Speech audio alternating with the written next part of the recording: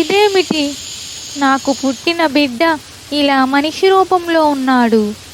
నాగరాణి, ఈ బాబు ఒక కారణంతో మనిషి జన్మ ఎత్తాడు. బాబుకి 18 సంవత్సరాలు రాగానే నాగరాజుగా మారి మన నాగలోకానికి వస్తాడు. బయట నన్ను ఎవరో పిలుస్తున్నట్లు అనిపిస్తుంది. లలిత, నేను కాసేపట్లో చనిపోబోతున్నాను. నా బిడ్డను నీ చేతుల్లో పెడుతున్నాను.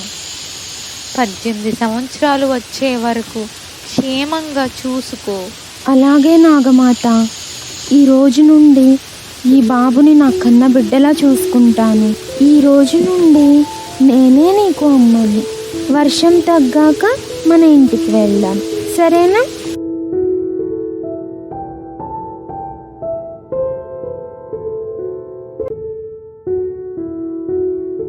చూడు లలిత, అసలు ఎవరు ఆ బాబు? నువ్వు ఎందుకు తీసుకుని వచ్చావు? వెంటనే ఆ బాబుని ఎక్కడి నుండి తెచ్చావో అక్కడే వదిలేసే. బావా, నాకు ఆ బాబు దేవుడు ఇచ్చిన వరం, నేను వదులుకోలేను బావా. అయితే నా నిర్ణయం కూడా విను. బాబు ఉంటే మన పెళ్లి జరగదు, గుర్తుపెట్టుకో.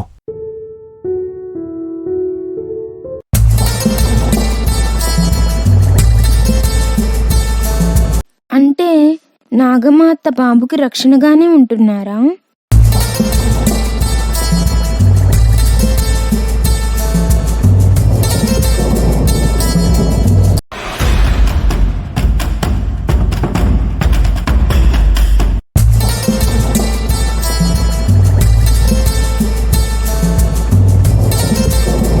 తనకి ఏదో మహిమ ఉన్నట్టు అనిపిస్తుంది.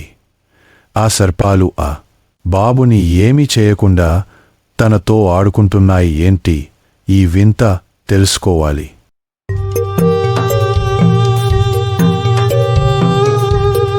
అంటే ఆ బాబుది మామూలు జన్మ కాదు అన్నమాట. అతడు ఒక నాగరాజు. ఆ బాబుతో నేను ఎన్నో శక్తులు సంపాదించవచ్చు. వెంటనే ఆ బాబుని నేను ఎత్తుకొచ్చేయాలి.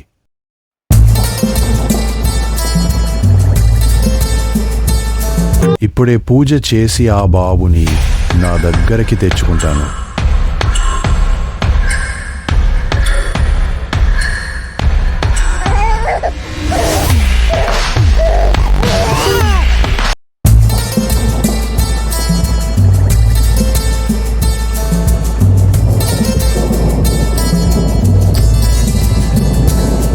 బాబు ఎందుకు ఇంతలా ఏడుస్తున్నాడు? ఏదో జరుగుతుంది. బాబుకి ఏదో ప్రమాదం ఉందని ఎందుకో నా మనసుకు అనిపిస్తుంది. నా పూజ ఎందుకు భగ్నమయ్యింది? ఓహో, ఆ నాగరాణి దీనికి కారణమా? చెప్తాను. చూడు నాగు, నువ్వు చనిపోయావు. నువ్వు నన్ను ఏమి చేయలేవు. నిన్ను నేను ఇప్పుడే బంధించేస్తాను. చూడు.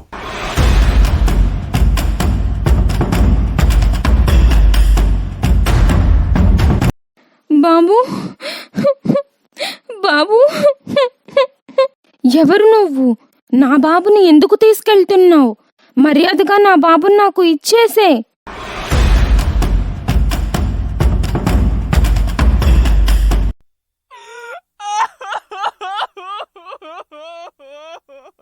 పరమేశ్వరా, నా బిడ్డని కాపాడు.